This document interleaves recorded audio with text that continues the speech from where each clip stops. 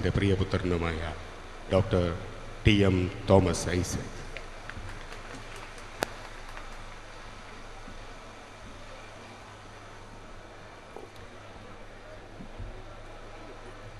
ഏറ്റവും ആരാധ്യനായ ഇന്ത്യയുടെ ചീഫ് ജസ്റ്റിസ് കെ.ജി. ബാലകൃഷ്ണൻ സാർ, വേദിയിലുള്ള ബഹുമാന്യരെ, പ്രിയമുള്ളവരെ, ഞാൻ ആലോചിക്കുകയായിരുന്നു എന്തുകൊണ്ടാണ് മഹാരാജാസ് നമുക്കെല്ലാവർക്കും ഇത്ര പ്രിയപ്പെട്ടതാവുന്നതെന്ന്. ഇവിടുത്തെ നീണ്ട ഇടനാഴികളുടെ ഇരുളാണ്.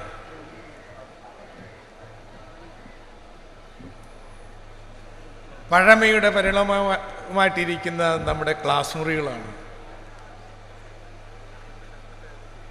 ഈ മരങ്ങളാണോ, ഈ അങ്കണമാണോ? എനിക്ക് തോന്നുന്നു ഈ വലിയ അങ്കണം മഹാരാജസിൻ്റെ ഒരു പ്രതീകമാണ്.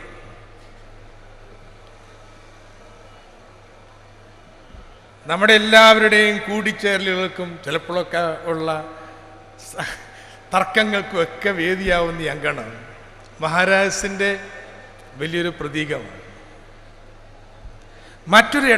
മറ്റൊരു സ്ഥലത്ത് കിട്ടാത്തൊരിടം മഹാരാജാസ് ഇവിടെ പഠിപ്പിക്കുന്നവർക്കും പഠിക്കുന്നവർക്കും നൽകുന്നുണ്ട്. അതാണ് മഹാരാജാസിനെ എപ്പോഴും നമ്മുടെ മനസ്സിൽ നമ്മൾ എത്ര വളർന്നാലും നിലനിർത്തുന്ന ഒന്ന്. ഒരു ഡെമോക്രാറ്റിക് സ്പേസ്. നിങ്ങൾക്ക് ഇവിടെ പഠിക്കാം, പഠിക്കാതിരിക്കാം. പക്ഷേ നമ്മളെല്ലാവരും നന്നായിട്ട് പഠിച്ചു. നിങ്ങൾക്കിവിടെ പ്രേമിക്കാം, പ്രേമിക്കാതിരിക്കാം. പക്ഷേ ഇവിടെ എത്രയോ പ്രേമബന്ധങ്ങൾ. നിങ്ങൾക്കിവിടെ പ്രവർത്തിക്കാം, നിസ്സംഗതയോടെ ഇവിടെ നടന്നിലയാണ്. പക്ഷെ നാം എല്ലാം ഇവിടെ പ്രവർത്തിച്ചു.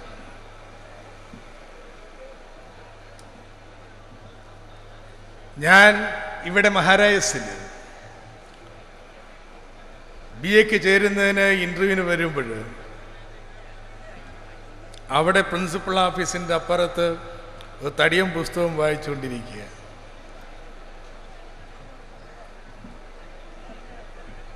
അന്നാണ് ഞാൻ ആദ്യമായി മഹാരാജസിലൊരാളെ പരിചയപ്പെടുന്നത്. NK വാസുദേവ് എൻ്റെ അടുത്ത് വന്ന് ചോദിച്ചു, ഡെസ്റ്റോവിസ്കിയാ വായിക്കാം. ബ്രദേഴ്സ് കരമസവ് വായിച്ചിട്ടില്ലെങ്കിലും അതിനെക്കുറിച്ചൊരു ചർച്ച നടത്താനുള്ള വലിയ പരിശ്രമമാണ്. ഒരു ചെറു സംവാദവും ബന്ധവും സ്ഥാപിച്ചെടുക്കലായിരുന്നു. ഞങ്ങൾ ഇരുവരും അതുപോലെ മറ്റുള്ള പലരും ചേർന്ന് ഒരുപാട് സംവാദങ്ങളും ബന്ധങ്ങളും എടുത്ത് ആ സംവാദങ്ങളുടെയും ബന്ധങ്ങളുടെയും എല്ലാം ഒരു പ്രത്യേകത കൂടുതൽ വായിക്കുന്നതിനും അറിയുന്നതിനും ഒക്കെ നമ്മളെ പ്രേരിപ്പിച്ചു എന്നുള്ളതാണ്. അതിന് പ്രചോദനം നൽകുന്ന ഒരു അധ്യാപക വൃന്ദം, അത് മഹാരാജസിൻ്റെ ഒരു സംശയം വേണ്ട അന്നത്തെ പ്രത്യേകതയായിരുന്നു. ഇന്നും അങ്ങനെ ആവട്ടെ ഞാൻ ആശിക്കുകയാണ്. ഇവിടെ പ്രിയപ്പെട്ട ലീലാവതി ടീച്ചർ ഇവിടെ വേദിയിൽ സന്നിഹിതയാണ്. Sanu sir, Vinayendran sir, TR, എൻ്റെ മുന്നിലുള്ള ജോൺ സാറ്, എത്ര പേര്, ഞാൻ പേരുകളൊക്കെ പറയുന്നു. Ramendran sir, Bharathan sir. ഞാൻ ഓർക്കുകയാണ്, നമ്മൾ അധികം ആരും പറയാത്ത രാമേന്ദ്രൻ സാറ് ഫിലോസഫിയിൽ എത്ര പേരെ അദ്ദേഹം ദർശനത്തിൻ്റെ പാതയിലൂടെ നയിച്ചിട്ടുണ്ട്. അന്ന് കോളേജിൽ ഇറങ്ങുന്ന അസംഖ്യം നോട്ടീസുകൾ, അതിനൂടെ പഞ്ഞമില്ല. അതിൻ്റെ മറുപുറത്ത് കോളേജിൽ നടക്കുന്ന ഏതെങ്കിലും സംഭവത്തെക്കുറിച്ച് അസ്തിത്വവാദി, മാർക്സിസ്റ്റ്, വേദാന്തി, ഇങ്ങനെ 5-6 പേര് മാഷ് തന്നെ മാറി മാറി ആളായിട്ട് ഡയലോഗ് എഴുതി വായിക്കാൻ വേണ്ടി കൊടുത്തയക്കുന്നത്. അങ്ങനെയാണ് വിൽഡുറൻറ്റിൻ്റെ സ്റ്റോറി ഓഫ് ഫിലോസഫിക്ക് അപ്പുറത്തേക്ക് ഞാൻ എക്കണോമിക്സ് സ്റ്റുഡൻ്റ് ആണെങ്കിലും ദർശനത്തെക്കുറിച്ച് കുറച്ചൊക്കെ വായിക്കാനിടയായി. ഞാൻ ഭരതൻ സാറെ ഓർക്കുക. ഭരതൻ സാറിന് 2 കാലഘട്ടങ്ങളുള്ളൂ. മഹാരാജ് NS-ന് മുമ്പും NS-ന് പിന്നീടും. സാർ എപ്പോഴും പറയാ, NS മാധവന് ശേഷം നിങ്ങൾ വായിക്കുന്ന മാസം വായിക്കുന്ന ഒരാളെത്തിയിരിക്കുന്നു എന്നാണ്. മാഷ പഠിപ്പിച്ചത് ലൈനിൻ്റെ സെലക്റ്റഡ് വർക്ക്സ് മുഴുവൻ ഒരു അറ്റം മുതൽ അറ്റം വരെ ഇരുന്ന് വായിക്കുമ്പോൾ മാഷ് പറഞ്ഞു, നിങ്ങൾക്കിത് വായിക്കണമെന്നുണ്ടെങ്കിൽ അതിൻ്റെ ചരിത്ര പശ്ചാത്തലം അറിയണം. റഷ്യൻ റവല്യൂഷൻ്റെ 4 ചരിത്ര പുസ്തകം കൂടി വെച്ച് ഓരോ ഘട്ടം വരുമ്പോഴും ലെനിൻ എഴുതി വായിക്കാൻ. ഇതിനൊക്കെയുള്ളൊരിടം മഹാരാജ് നൽകി എന്നുള്ളതാണ് മഹാരാജിനെ പ്രിയപ്പെട്ടതാക്കുന്നത്. എഴുതണമെങ്കിൽ എഴുതാം, ചിത്രം വരയ്ക്കണമെങ്കിൽ ചിത്രം വരയ്ക്കാം, പാട്ടുന്നവർക്ക് പാടാം, തിയേറ്റർ, ഇതിനൊക്കെ ഒരു മോറൽ പോലീസ് ഈ കോളേജിലില്ല. അങ്ങനെയുള്ള ഒരുപാട് ഓർമ്മകൾ ഈ കോളേജിനെ കുറിച്ചുണ്ട്. എങ്കിലും ഞാൻ ഇവിടേക്ക് വരാനായിട്ട് പലപ്പോഴും വിസമ്മതിക്കും. കാരണം എന്താൽ ഏറ്റവും മധുരമായിട്ടുള്ളവ പിന്നീട് അധികം അടുക്കാതിരിക്കുന്നതാണ് എപ്പോഴും നല്ലത്. കാരണം ഓർമ്മകളിലെ ഒരുപാട് റൊമാൻസും സ്വപ്നങ്ങളും ഒക്കെ ഉണ്ട്. എന്നാൽ നമ്മൾ അടുക്കുമ്പോഴോ ഈ റൊമാൻസൊക്കെ പലതും ചോർന്നു പോകും. സമീപകാലത്ത് എനിക്ക് വലിയൊരു അനുഭവമുണ്ട്. ഞാൻ വളർന്നത് കൊടുങ്ങല്ലൂർ കോട്ടയുടെ താഴെയാണ്. എൻ്റെ കുട്ടിക്കാലം മുതലുള്ള ഒരുപാട് ചിന്തകൾ, സ്വപ്നങ്ങൾ, ഇതൊക്കെ ഈ ഫോർട്ടുമായി ബന്ധപ്പെട്ടുള്ളതാണ്. അതെന്തോ വലിയൊരു കാൽപ്പനിക ലോകത്തെ വലിയൊരു രാജ്യം തന്നെയായിരുന്നു. മന്ത്രിയായപ്പോൾ ഞാൻ തീരുമാനിച്ചു, എന്ന മുസ്ലിസ് പൈതൃക പ്രൊജക്റ്റ് എന്നൊരു പ്രൊജക്റ്റ് ഉണ്ടാക്കാം. അതിൽ കൊടുങ്ങല്ലൂർ കോട്ടയം വരുന്നുണ്ട്. അങ്ങനെ മന്ത്രി നിലക്ക് കൊടുങ്ങല്ലൂർ കോട്ടയം പോകേണ്ടി വന്നപ്പോഴാണ് പോകേണ്ടിയിരുന്നില്ല എന്ന് തോന്നിയത്. മനസ്സിൽ കൊണ്ടെടുത്ത് ആലോചിച്ച് നടക്കുന്ന ആ കോട്ട എവിടെ ഇന്ന് കിടക്കുന്നത് എന്ത്? മഹാരാജസിലെല്ലാം എന്തോ മോശമായി എന്ന് ഞാൻ പറയുകയായിരുന്നു. പഴയതൊക്കെ നല്ലത്, പുതിയതൊക്കെ മോശം എന്നുള്ള അഭിപ്രായക്കാരനല്ല. പക്ഷെ ലോകം മാറുന്നുണ്ട്, കാലം മാറുന്നുണ്ട്. ഇന്നലെയുടെ ആവശ്യങ്ങളല്ല ഇന്ന് നമ്മുടെ മുന്നിലുള്ളത്. അതനുസരിച്ച് കാലത്തിനനുസരിച്ച് മാറാൻ കഴിയുന്നില്ലെങ്കിൽ പഴയ സൗഭാഗ്യങ്ങൾ കൂടെ നിൽക്കില്ല. ഈ ഒരു വെല്ലുവിളി ഇവിടുത്തെ അധ്യാപകര്, ഇവിടുത്തെ വിദ്യാർത്ഥികള്, ഇവിടുത്തെ പൂർവ്വ വിദ്യാർത്ഥികള് ഏറ്റെടുക്കുന്നതിനെ കുറിച്ച് ചില കാര്യങ്ങൾ ഇവിടുന്ന് പറയാനുണ്ടെന്നാണ് അധ്യക്ഷൻ സൂചിപ്പിച്ചത്. ഞാനത് കേട്ടിട്ടില്ല. പക്ഷേ ഈ കോളേജിൻ്റെ ഒരു നവീകരണം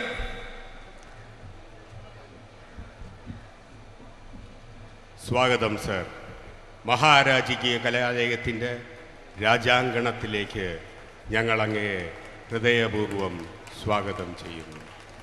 മഹാരാജാസിൻ്റെ പ്രിയപുത്രൻ AK ആൻ്റണി, ഇന്ത്യയുടെ പ്രതിരോധ മന്ത്രി AK ആൻ്റണി ഇതാ വേദിയിലേക്ക് കടന്നു വന്നിരിക്കുകയാണ്.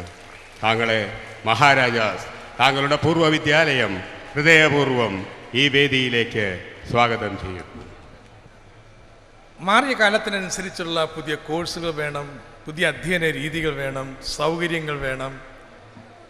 ഇതിനൊക്കെ ഒരു പദ്ധതി ഉണ്ടാക്കി നടപ്പാക്കുമ്പോൾ സംസ്ഥാന സർക്കാരിനെ സംബന്ധിച്ചിടത്തോളം ഒരു കോളേജ് മറ്റൊരു കോളേജിൽ നിന്ന് വ്യത്യസ്തമാണ്.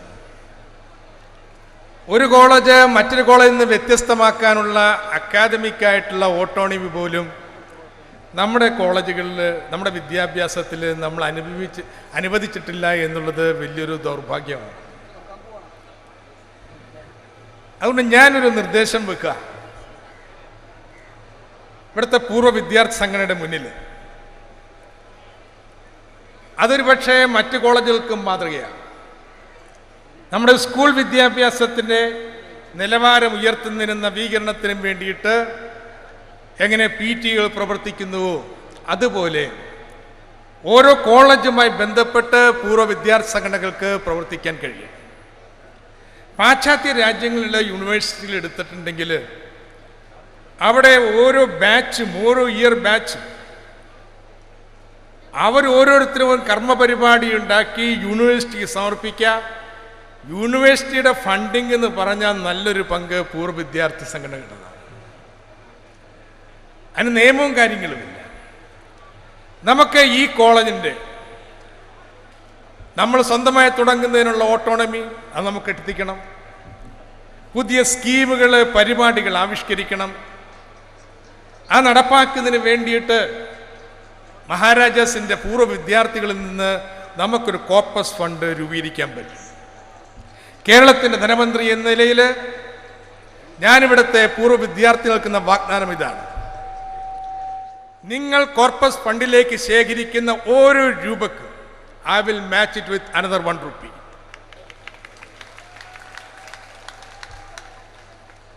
അത് ഈ കോളേജിന് മാത്രമല്ല കേട്ടോ, നമുക്കൊരു സ്കീമാക്കാം. കേരളത്തിലെ നമ്മുടെ ഈ പൈതൃക കോളേജ്, ഹെറിറ്റേജ് കോളേജുകൾ അതിങ്ങനെ തുടരാൻ പറ്റും. ഇത് വലിയ പ്രതീകങ്ങളാണ്, നമ്മുടെ വേരുകളാണ്, ചരിത്രത്തിൻ്റെ ഭാഗമാണ്. അതിന് വേണ്ടിയിട്ട് ഓരോ കോളേജിലെയും പൂർവ്വ വിദ്യാർത്ഥി സംഘടനകളുമായി ബന്ധപ്പെട്ട് കോർപ്പസ് ഫണ്ടുകൾ രൂപീകരിക്കുക.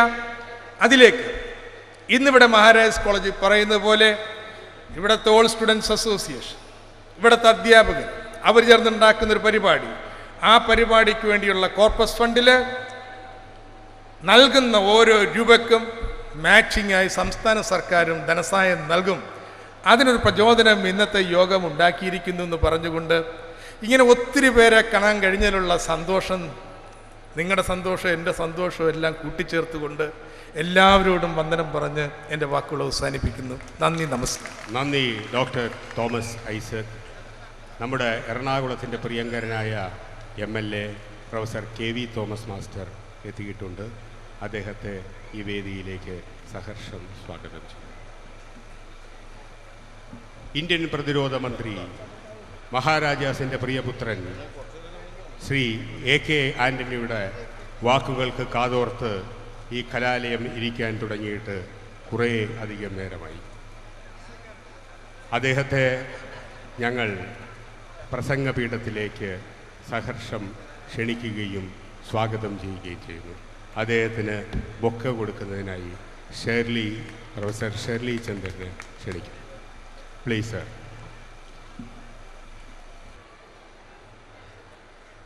ആദരണീയനായ ഇന്ത്യയുടെ chief justice Shri KG Balakrishnan,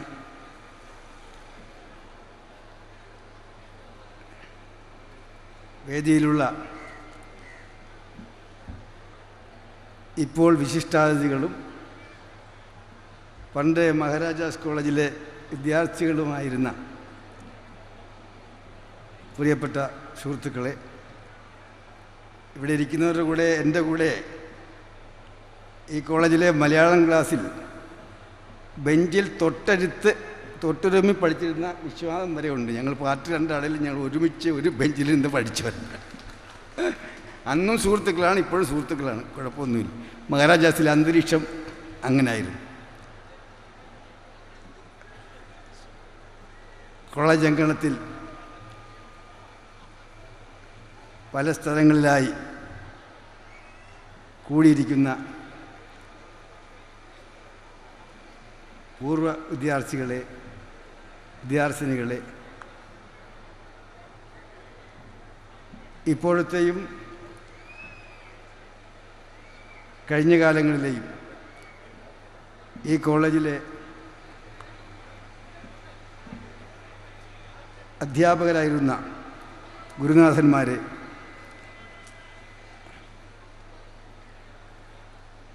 തലമുറ കൈമാറി മഹാരാജാസിൻ്റെ പാരമ്പര്യവും തനിമയും സംസ്കാരവും പ്രശസ്തിയും നിലനിർത്തുന്ന ഇപ്പോഴത്തെ മഹാരാജാസ് കോളേജിലെ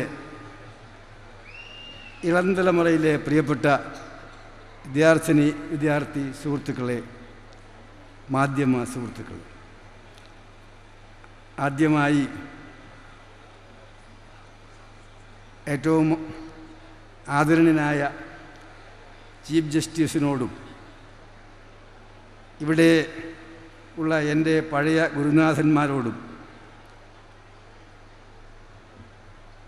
എൻ്റെ പഴയ സുഹൃത്തുക്കളോടും ഇവിടുത്തെ വിദ്യാർത്ഥികളോടും ഞാൻ വൈകി വന്നതിൽ ക്ഷമ ചോദിക്കുകയാണ്. ഇന്നലെ അർദ്ധരാത്രിക്ക് ഞാനിവിടെ എത്തിയെങ്കിലും ശ്രീ വിശ്വംഭരൻ എന്നെ ക്ഷണിച്ചപ്പോഴേ ഞാൻ പറഞ്ഞു, കേരളത്തിൽ ഒരു വലിയ ദുരന്തമുണ്ടായതിന് ശേഷം ഞാൻ ആദ്യം വരികയാണ്. അതുകൊണ്ട് ഞാൻ ഈ മഹാരാജാസിലെ ഈ സംഗമത്തിൽ ഉത്സവത്തിൽ പങ്കെടുക്കുന്നതിന് മുമ്പേ ആ മരിച്ചുപോയവരുടെ വീടുകളിൽ ഞാൻ പോയി അവരെല്ലാം ആശ്വസിക്കാതെ സന്തോഷ സ്ഥലത്തേക്ക് ഞാൻ വരുന്നില്ല, എന്നെ തെറ്റിദ്ധരിക്കരുത്. അതിന് സമ്മതിക്കണമെന്ന് പറഞ്ഞു.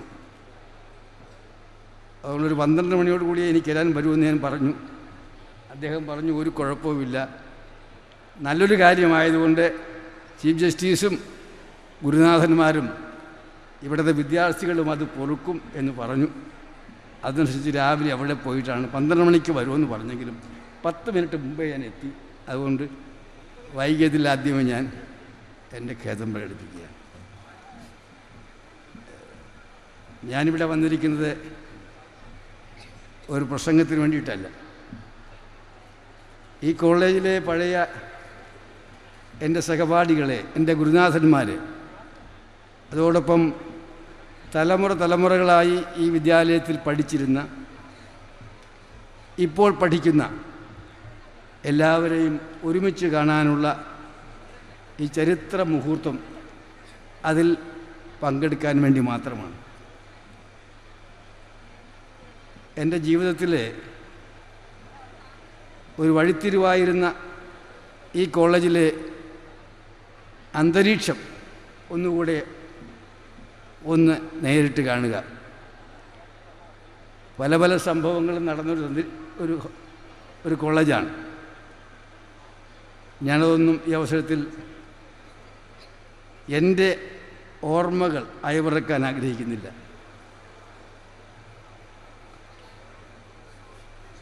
ഞാൻ അതിശയോക്തി പറയുകയല്ല,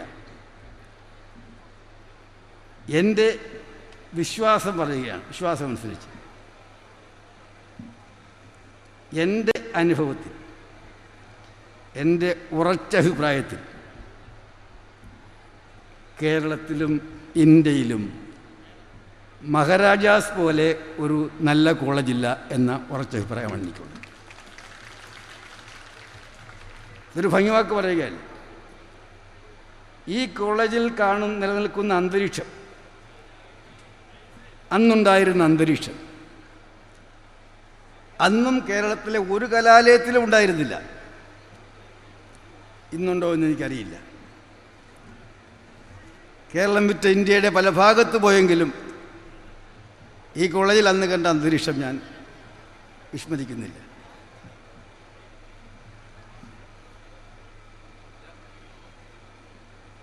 ഈ കോളേജിൽ പഠിച്ചിരുന്നപ്പോഴും ഇപ്പോഴും എനിക്ക് തോന്നിയ ഏറ്റവും വലിയ കാര്യം, നാട്ടിൽ പലയിടത്തുമുള്ള ഒരു രോഗം ഈ കോളേജിൽ വളരെ കുറവാണ്. ഇവിടെ കാണുന്ന ഒരു സെക്കുലർ അറ്റ്മോസ്ഫിയർ അപൂർവമായേ നമുക്ക് പല സ്ഥലത്ത് കാണാൻ സാധിക്കുന്നുള്ളൂ. ഇന്നത്തെ അന്തരീക്ഷത്തിൽ തുറന്നു പറയുകയാണെങ്കിൽ, എൻ്റെ ജീവിതത്തിൽ, എൻ്റെ സ്വഭാവ രൂപീകരണത്തിൽ, എൻ്റെ ചിന്തകൾ വളർത്തിയെടുക്കുന്നതിൽ മഹാരാജാസ് കോളേജിലെയും ചേർത്തല ഗവൺമെൻറ് ഹൈസ്കൂളിലെയും ഈ 2 സ്ഥാപനങ്ങൾ പഠിച്ചിരുന്നത് കൊണ്ടാണ് ആ പഠിച്ചതിൻ്റെ ഒരു അന്തരീക്ഷം എൻ്റെ സ്വഭാവത്തിൽ, എൻ്റെ രക്തത്തിൽ ചേർന്നിട്ടുണ്ട്. വാക്കുകൾ കൊണ്ട് വിവരിക്കാൻ പത്രമുള്ള വാചാലനല്ല ഞാൻ. തോമസ് ഐസക്കിനോട് ഞാൻ പറഞ്ഞു, ശ്രീ വൈക്കം വിശ്വനും ഞാനും ഒരുമിച്ച് ഒരേ ബെഞ്ചിലിരുന്ന് പഠിച്ചവരാണെന്ന് പറഞ്ഞപ്പോൾ പ്രസംഗത്തിൽ ആരാണ് മുമ്പിൽ എന്നോട് ചോദിച്ചു. ഞാൻ പറഞ്ഞു, ഐസക്കെ, ഞാൻ പണ്ടും പ്രാസംഗികനല്ല, ഇപ്പോഴും പ്രാസംഗികനല്ല. അതുകൊണ്ട് ഞങ്ങൾ തമ്മിൽ അക്കാര്യത്തിൽ അന്നും മത്സരമില്ല, ഇന്നും മത്സരമില്ല. എൻ്റെ മനസ്സിലുള്ള വികാരങ്ങൾ മുഴുവൻ അതേ നിലയിൽ നിങ്ങളുടെ മുമ്പിൽ അവതരിപ്പിക്കാനുള്ള വാചാലത എനിക്കില്ല. എൻ്റെ ആത്മാർത്ഥമായ ഹൃദയത്തോടെ ഞാൻ പറയുന്നു, ഈ കോളേജിൽ പഠിക്കാൻ സാധിച്ചതിൻ്റെ ഒരു സൗഭാഗ്യം ജീവിതത്തിലുടനീളം, ജീവിതത്തിലെ മറ്റ് രംഗങ്ങളിലെല്ലാം പ്രവർത്തിക്കാൻ അവസരം കിട്ടിയപ്പോൾ ഈ കോളേജിലെ അന്തരീക്ഷം, ഈ കോളേജിലെ ഹോസ്റ്റലിലെ ജീവിതം, അതിനുശേഷം തൊട്ടടുത്ത ഫോർഷോർ റോഡിലുള്ള കോസ്മോപൊളിറ്റൻ ഹോസ്റ്റലിലെ ജീവിതം, ഇതെല്ലാം എന്നെ സംബന്ധിച്ചിടത്തോളം ജീവിതത്തിൽ ഒരിക്കലും മറക്കാൻ വയ്യാത്ത അന്തരീക്ഷമാണ്. ഇത് നിങ്ങൾക്കും ഇതുപോലെ ആയിരിക്കുമെന്നാണ് എൻ്റെ വിശ്വാസം. കാരണം മഹാരാജാസ് എന്ന് പറഞ്ഞാൽ കേവലം ഒരു കോളേജ് മാത്രമല്ല, ഇതൊരു വലിയ ട്രെയിനിങ് ഗ്രൗണ്ടാണ്. പ്രത്യേകിച്ച് ഇന്നത്തെ കാലഘട്ടത്തിൽ ജാതിയും മതവും മതവിദ്വേഷവും രാജ്യത്ത് എല്ലാ രംഗങ്ങളിലും പ്രശ്നമുണ്ടാക്കിയ സാഹചര്യത്തിൽ മഹാരാജാസിൽ കോളേജിൽ പഠിക്കാൻ സാധിച്ചാൽ ഇവിടെ നിന്ന് കിട്ടുന്ന ഒരു പ്രത്യേകമായ ഒരു പരിശീലനം ഇത്തരം രോഗങ്ങളിൽ നിന്ന് വിമുക്തരായി നിങ്ങൾക്ക് ജീവിതത്തിൽ ഏത് കർമ്മരംഗത്ത് പ്രവർത്തിക്കാൻ സാധിക്കും. ഈ കോളേജ് ഇനിയും തലമുറകൾ കഴിഞ്ഞാലും കോളേജിൻ്റെ പാരമ്പര്യം നിലനിർത്തട്ടെ. ഈ കോളേജിൽ നിന്നും ജീവിതത്തിലെ സമസ്ത മേഖലകളിലും പ്രശസ്തരായ ധാരാളം വ്യക്തികൾ പഠിച്ച് പുറത്തു വരട്ടെ. അതോടൊപ്പം തന്നെ കേരളത്തിലെ മറ്റ് കലാശാലകൾക്ക് മഹാരാജാസ് കോളേജ് ഒരു മാതൃകയായിരിക്കട്ടെ എന്ന് ഞാൻ ആശംസിക്കുന്നു. ഞാൻ ദീർഘമായ ഒരു പ്രസംഗത്തിന് ഒരുമ്പെടുന്നില്ല. ഇവിടെ ഒരുമിച്ച് എല്ലാവരെയും കാണാൻ സാധിച്ചതിലുള്ള എൻ്റെ സന്തോഷം രേഖപ്പെടുത്തുന്നു. ഈ കോളേജിന് എല്ലാ നന്മകളും നേരുന്നു. ഇങ്ങനെ ഒരു മേള, ഉത്സവം, മഹാകുടുംബ സംഗമം സംഘടിപ്പിക്കുന്നതിൻ്റെ ഒരു നേതൃത്വമെടുത്ത നമ്മുടെ കാർഷിക യൂണിവേഴ്സിറ്റിയുടെ ഇപ്പോഴത്തെ വൈസ് ചാൻസലർ ശ്രീ വിശ്വംഭരനെ ഞാൻ പ്രത്യേകമായി അഭിനന്ദിക്കുന്നു.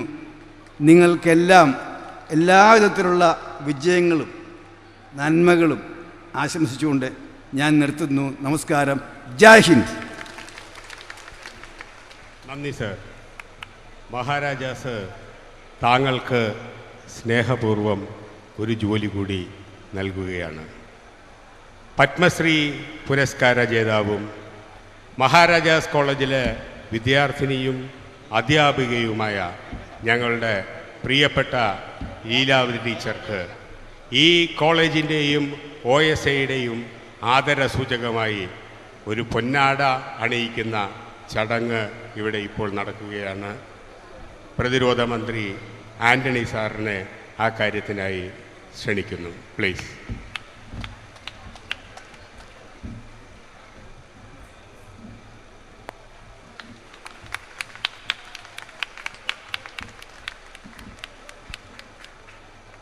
നന്ദി ലീലാവതി ടീച്ചർ, നന്ദി ആൻ്റണി സാർ. അടുത്തത് നമ്മുടെ പ്രിയപ്പെട്ട വനം വകുപ്പ് മന്ത്രി ബിനോയ് വിശ്വം. 1974-77 മഹാരാജാസിലെ BA വിദ്യാർത്ഥിയായിരുന്നു ബിനോയ് വിശ്വം. AISFൻ്റെ ഏറ്റവും പ്രശസ്തനായ നേതാക്കളിൽ ഒരാൾ, മികച്ച പ്രാസംഗികൻ, മികച്ച സംഘാടകൻ, ലോക യുവജന പ്രസ്ഥാനത്തിൻ്റെ അതിപ്രശസ്തനായ കാര്യദർശി എന്നീ നിലകളിൽ ബിനോയ് വിശ്വം നന്നേ ചെറുപ്പത്തിൽ തന്നെ മലയാളികളുടെ സവിശേഷ ശ്രദ്ധ പിടിച്ചുപറ്റിയിരുന്നു. കമ്മ്യൂണിസ്റ്റ് പ്രസ്ഥാനത്തിൻ്റെ സമുന്നത നേതാക്കളിൽ ഒരാളായ സഖാവ് CK വിശ്വനാഥിൻ്റെയും പ്രശസ്ത കമ്മ്യൂണിസ്റ്റ് വനിതാ സംഘാടക CK ഓമനയുടെയും ഈ പുത്രൻ കേരളത്തിൻ്റെ വനം പാർപ്പിട വകുപ്പ് മന്ത്രിയാണ്. കടുത്ത അഗ്നിപരീക്ഷണങ്ങളെ അതിജീവിച്ച് ശോഭയോടെ ബിനോയ് വിശ്വം മഹാരാജാസിലേക്ക് വീണ്ടും കടന്നു വരുമ്പോൾ നമുക്ക് ബിനോയിയെ സഹർഷം സ്വാഗതം ചെയ്യാം. 80-ലധികം വിദേശ രാജ്യങ്ങൾ സന്ദർശിച്ച ബിനോയിക്ക് മഹാരാജാസിൻ്റെ മാറ്റത്തിനു വേണ്ടി ഒട്ടേറെ കാര്യങ്ങൾ ചെയ്യാനാകുമെന്ന് നമുക്കറിയാം. ബിനോയ് അത് ചെയ്യുമെന്നും നമുക്കറിയാം. ബിനോയ് വിശ്വം പ്രസംഗിക്കുന്നതിന് തൊട്ട് മുമ്പ് മഹാരാജാസിൻ്റെ ബിനോയ് പ്രസംഗിക്കുന്നതിന് തൊട്ട് മുമ്പ് ഒരു ചടങ്ങുണ്ട്. മഹാരാജാസിന് മന്ത്രിമാരുടെ സാന്നിധ്യത്തിൽ വെച്ച് ഒരു മെമ്മോറാണ്ടം സമർപ്പിക്കണം എന്നാഗ്രഹമുണ്ട്. മഹാരാജാസ് കോളേജിലെ കോളേജ് യൂണിയൻ്റെ മുൻ ജനറൽ സെക്രട്ടറിയും കേരളത്തിലെ മികച്ച സംഘാടകരിലൊരാളും നൈഫ് സ്ഥാപനത്തിൻ്റെ മാനേജിംഗ് ഡയറക്ടറുമായ ഞങ്ങളുടെ പഴയ ജനറൽ സെക്രട്ടറി OSIയുടെ വളരെ സജീവമായ അംഗം ശ്രീ MV തോമസിനെ മഹാരാജാസിന് വേണ്ടി സംസാരിക്കാൻ മെമ്മോറാണ്ടം വായിക്കുന്നതിന് ഈ വേദിയിലേക്ക് ക്ഷണിക്കുകയാണ്.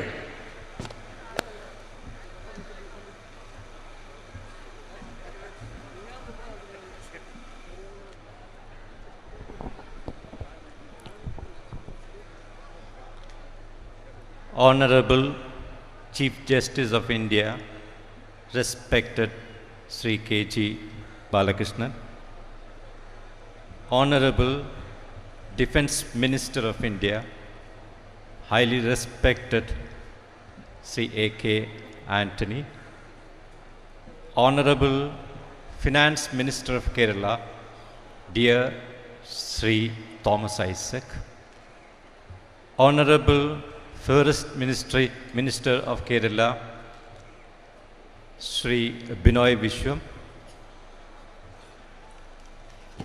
Ernakulam MP Dr. Sebastian Paul, our MLA Professor K.V. Thomas, the Honorable Mayor of Cochin, Mrs.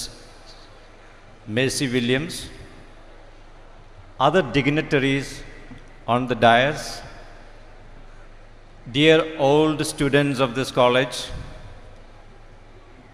respected teachers of this college, current students of this college, friends and members of the media. I stand here on behalf of the OSA. I have been entrusted with the task of submitting this memorandum to the Honorable Finance Minister of Kerala in the absence of Education Minister here, and also to make known to all of you in brief the contents of this memorandum. In fact, we all take huge pride in mentioning, in claiming that we were a student of this college at some time or other. And in fact, to enhance this position, we bring in endorsements. Endorsements in the form of Honorable Chief Justice of India, in the form of Honorable Defense Minister of India, in the form of Honorable Parliamentary Affairs Minister of India. We in fact, we raise up our colors when we state with pride that two of the most important portfolios in the present state ministry is handled by two very able old students of this college. And in fact, we elevate this august center of learning to a very highly envious position when we state that as many as 5 MLAs in the present state legislature is from this college. What about the contributions this college has done to the other professions? You look at doctors, engineers, scientists, professors, advocates, judges, poets, artists, sports personalities. You take any walk of life, you can easily spot a Maharajian, a cut above all the rest. That is the rich tradition and heritage of this college. And at this juncture, I want to ask you all a very pertinent question. See, we all take such huge pride in claiming that we were a student of this college. I want to ask you all this question. Would you today put your children into this college? I repeat this question. Would you today put your children into this college? That answers the pathetic situation of this college today. Inadequate facilities, irrelevant courses, insufficient funds, all put together, this august center of learning is slowly dwindling into oblivion. It's a faded reflection of its past glory. That is the reason why we want to submit this memorandum today. That has necessitated this memorandum. With this preface, let me go to the contents of this memorandum in brief. At the outset, we are looking at the courseware of this college.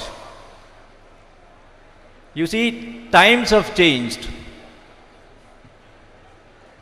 Technology has changed. Needs have changed, as a result, products have changed.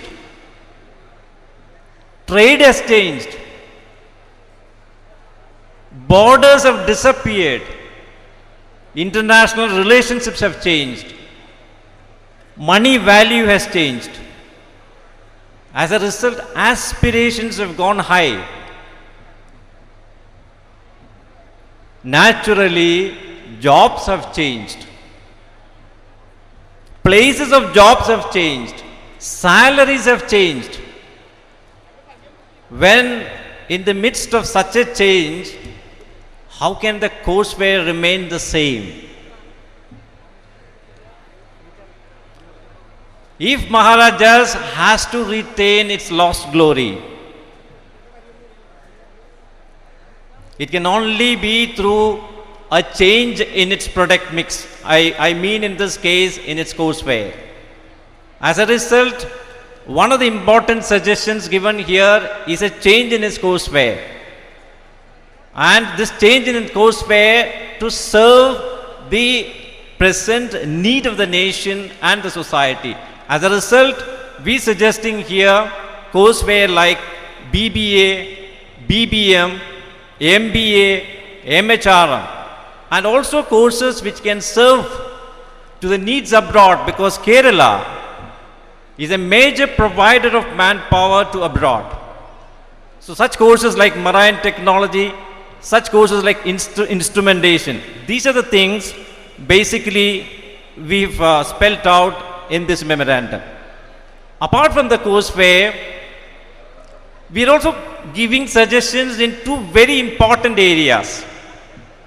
One, considering its huge contribution to the state of Kerala, it has produced some of the eminent personalities of Kerala.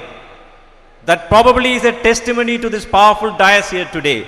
So considering its glorious past, considering its heritage, considering its facilities today, on behalf of all of you, reflecting your sentiments, we suggest that this august center of learning be lifted up as a deemed university. Another important suggestion that we have is that we understand there is a proposal to start an international university in Kerala. And in fact, an international university coming to Kerala will be a trigger which will make huge implications into the academic map of Kerala.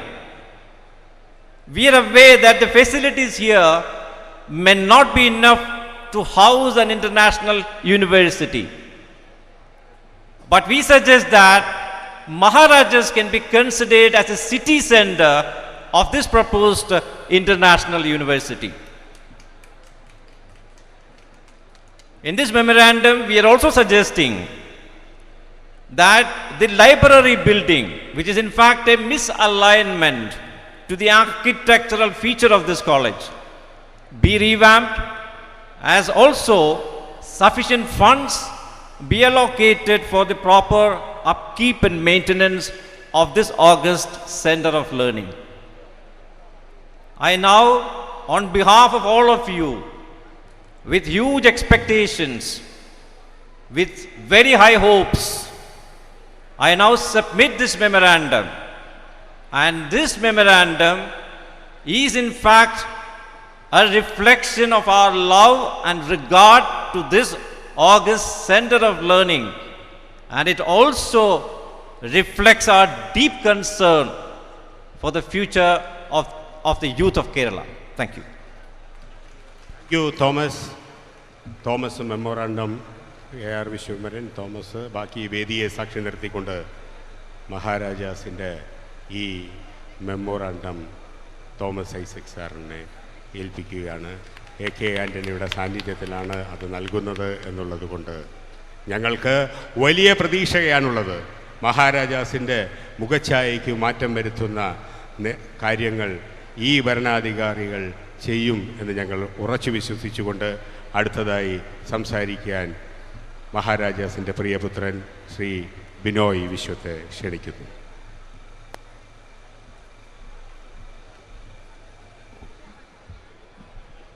ഈ അധ്യക്ഷവേദിയിലും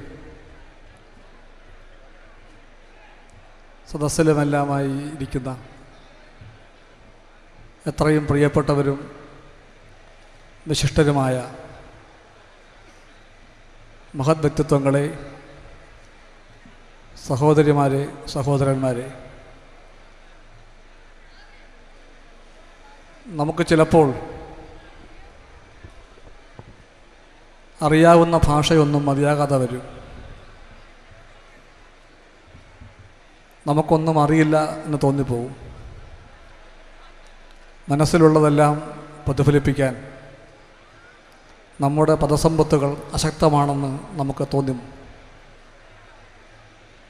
അങ്ങനെ തോന്നിപ്പിക്കുന്ന ഒരവസരമാണിത്. Nostalgia എന്ന വാക്കും ഗൃഹാതുരത്വം എന്നതിൻ്റെ പരിഭാഷയുമെല്ലാം തീർത്തും മതിയാകാതെ വരുന്നു. ഇവിടെ ഇരിക്കുന്ന വിവിധ തലമുറകളിൽപ്പെട്ട മഹാരാജാസിൻ്റെ ഇന്നലകളുടെ ഓർമ്മകൾ പേറുന്ന എല്ലാവരുടെയും മനസ്സിൽ എന്തായിരിക്കും ഉണ്ടാവുക എന്ന് ഊഹിക്കാൻ സാധിക്കും.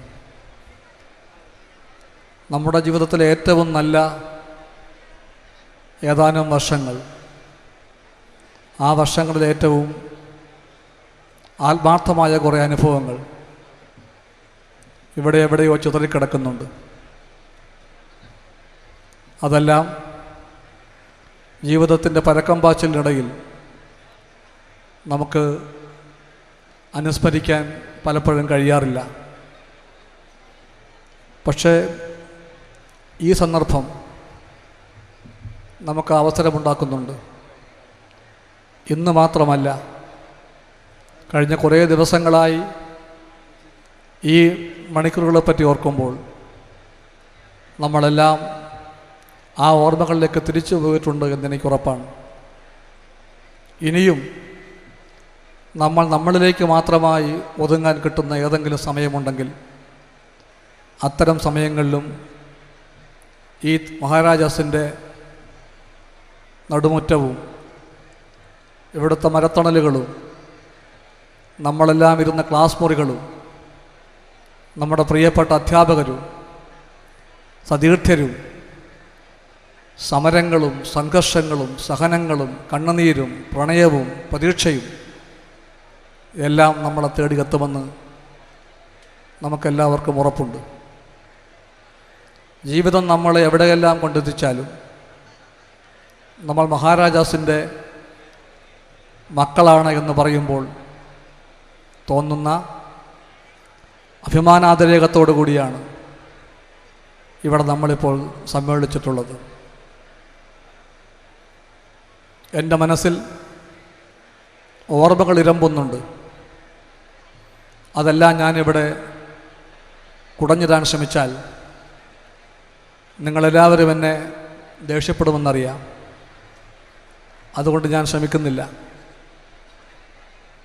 പഠിപ്പിച്ച അധ്യാപകന്മാരുമായ എല്ലാവരുടെയും മുഖങ്ങൾ ഞാൻ ഓർക്കുന്നു. ലീലാവതി ടീച്ചറെ ഇവിടെ വെച്ച് ഞാൻ കണ്ടു. മിണ്ടിയിട്ട് മതിയായില്ല. ഭരതൻ സാർ ഇന്നില്ല. ഒരുപാട് പേർ ഇല്ലാതായി. കുറച്ച് പേർ ഇപ്പോഴുമുണ്ട്.